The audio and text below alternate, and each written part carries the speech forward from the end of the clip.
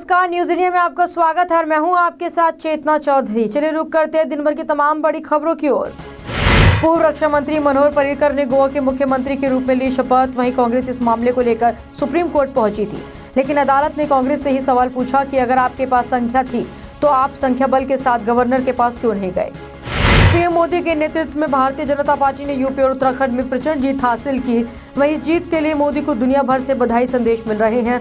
अब अमेरिका के एक्सपर्ट्स ये मान रहे हैं कि पीएम मोदी की ये जीत साफ दर्शाती है कि 2019 में होने वाले आम चुनावों में भी वे ही लोगों की पहली पसंद होंगे। भारतीय जनता पार्टी के दिल्ली प्रदेश अध्यक्ष और सांसद मनोज तिवारी ने कहा है कि भाजपा दिल्ली नगर निगम चुनाव 2017 में किसी भी मौजूदा पार्षद को टिकट नहीं देगी। साथ ही मौजूदा पार्षद के रिश्तेदारों को भी इस बार टिकट नहीं दिया जाएगा। आपको बता दें कि खबरें आ रही हैं कि भाजपा के राष्ट्रीय अध्यक्ष अमित शाह ने दिल्ली नगर निगम चुनावों को जीतने के लिए नई रणनीति बनाने पर जोर देना शुरू कर दिया है। केंद्रीय वित्त मंत्री अरुण जेटली ने देश के रक्षा मंत्री का प्रभार संभाल लिया है। वहीं पीएम मोदी की अनुशंसा पर राष्ट्रपति प्रणब मुखर्जी ने जेटली को उनके वर्तमान प्रभारों के अलावा रक्षा मंत्रालय का अतिरिक्त प्रभार सौंपने का निर्देश दिया। दरअसल जेटली 26 मई 2014 को नरेंद्र मोदी सरकार के सत्ता में आने के समय से रक्षा मंत्रालय संभाल रहे थे, लेकिन बाद में 9 नवंबर 2014 को ये पदभार पर्रिकर को सौंप दिया गया था। मुख्यमंत्री अरविंद केजरीवाल ने अपनी सरकार के मुख्य सचिव को निर्देश दिए हैं कि वे दिल्ली चुनाव आयोग को निर्देश दें कि इस बार नगर निगम का चुनाव ईवीएम की बजाय बैलेट पेपर से किया जाए। केजरीवाल ने कहा कि सभी पॉलिटिकल पार्टियों की मांग है कि नगर निगम चुनाव ईवीएम की जगह बैलेट पेपर से कराया जाए, इसलिए आज शाम तक इसके लिए जो भी औपचारिकता है वे पूरी की जाए। गोवा में विधानसभा चुनाव परिणाम के बाद नई सरकार के गठन को लेकर पणजी से दिल्ली तक सियासत गर्म हो गई है। दरअसल अब ये मामला सुप्रीम कोर्ट तक जा पहुंचा है। बता दें कि कांग्रेस ने मनोहर पर्रिकर के शपथ पर रोक लगाने की मांग की है। इस याचिका पर सुनवाई करते हुए सुप्रीम कोर्ट ने 16 मार्च को गोवा में बहुमत परीक्षण कराने को कहा है। हालांकि अदालत ने मनोहर पर्रिकर के शपथ पर रोक लगाने से इनकार कर दिया। यूपी चुनावी नतीजों के बाद बीएसपी प्रमुख मायावती और अखिलेश यादव की ओर से ईवीएम में गड़बड़ी के आरोप के बाद अब कांग्रेस पार्टी भी इस बहस में कूद पड़ी है। दिल्ली कांग्रेस के अध्यक्ष अजय माकन ने कहा है कि एमसीडी चुनाव ईवीएम की बजाय बैलेट पेपर के जरिए कराया जाए।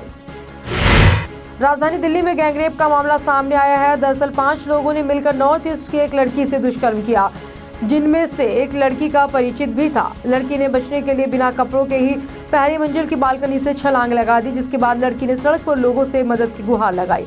हालांकि लड़की के बयान के आधार पर पुलिस ने 5 आरोपियों को गिरफ्तार कर लिया है। रोहित वेमुला की मौत को अभी मुश्किल से 1 साल भी नहीं हुआ कि होली की शाम जेएनयू के एक और छात्र की आत्महत्या का मामला गर्माता नजर आया। दरअसल तमिलनाडु के सेलम जिले के रहने वाले मुथु कृष्णन जीवानंदम का शव एक दोस्त के घर पंखे से लटकता हुआ मिला। वहीं अपने आखिरी फेसबुक पोस्ट में छात्र ने असमानता की बात की थी। गैंगरेप के आरोपी गायत्री प्रजापति मामले में लखनऊ पुलिस ने 3 नामजद आरोपियों रुपेश, विकास वर्मा, पिंटू उर्फ अमरेंद्र सिंह को अरेस्ट किया है। दरअसल गायत्री के बेटों पर इन आरोपियों को शरण देने का आरोप है। वहीं दोनों बेटों को भी पुलिस ने हिरासत में ले लिया है। बता दें कि गायत्री प्रजापति पर एक महिला से गैंगरेप और उसकी बेटी से यौन शोषण का आरोप है। स्विट्जरलैंड के बासेल में एक कैफे में 2 लोगों की गोली मारकर हत्या कर दी गई है। दरअसल इस गोलीबारी में एक व्यक्ति गंभीर रूप से घायल हो गया और 2 की मौत हो गई है। वहीं पुलिस इस मामले में शामिल 2 संदिग्ध हमलावरों की तलाश कर रही है। पुलिस के मुताबिक कैफे में 2 लोगों ने प्रवेश किया और वहां कई राउंड फायरिंग की। साथ ही हमले के बाद हमलावर रेलवे स्टेशन की दिशा में भाग निकले। बंगलुरु में अरुणाचल प्रदेश के छात्र संघ ज्यादती का हैरान करने वाला मामला सामने आया है। युवक का आरोप है कि ज्यादा पानी बहाने पर मकान मालिक ने उससे जबरदस्ती जूते भी चटवाए और गंदी गालियां भी दी। जानकारी के मुताबिक हिगियो यूनेट बेंगलुरु के क्राइस्ट यूनिवर्सिटी में 4थे सेमेस्टर के छात्र हैं। दक्षिण अफ्रीका के पूर्व क्रिकेटर हर्शल गिब्स ने एक बड़ा खुलासा किया है। उन्होंने बताया कि 2006 में ऑस्ट्रेलिया के खिलाफ 434 रन के लक्ष्य का पीछा करने वाले मैच में उन्होंने शराब पी रखी थी और 175 रन की धुआंधार पारी खेली थी। बॉलीवुड अभिनेता वरुण धवन की फिल्म बद्रीनाथ की दुल्हनिया ने अपने पहले वीकेंड पर धमाकेदार बिजनेस किया है। फिल्म ने कुल मिलाकर लगभग 43 करोड़ का बिजनेस किया है। वैसे फिल्म ने अपनी रिलीजिंग के पहले दिन में 12 करोड़ 25 लाख का बिजनेस किया था। Reality show the voice of India में फरहान सबीर ने ये कंपटीशन जीतकर ट्रॉफी अपने नाम कर ली है। बता दें कि ये ग्रैंड फिनाले बीते दिन हुआ।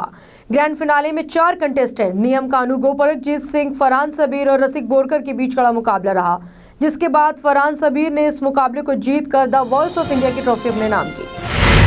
मेरे साथ बड़ी खबरों में फिलहाल इतना ही। बाकी की खबरों के लिए आप देखते रहिए न्यूज इंडिया। नमस्कार। है।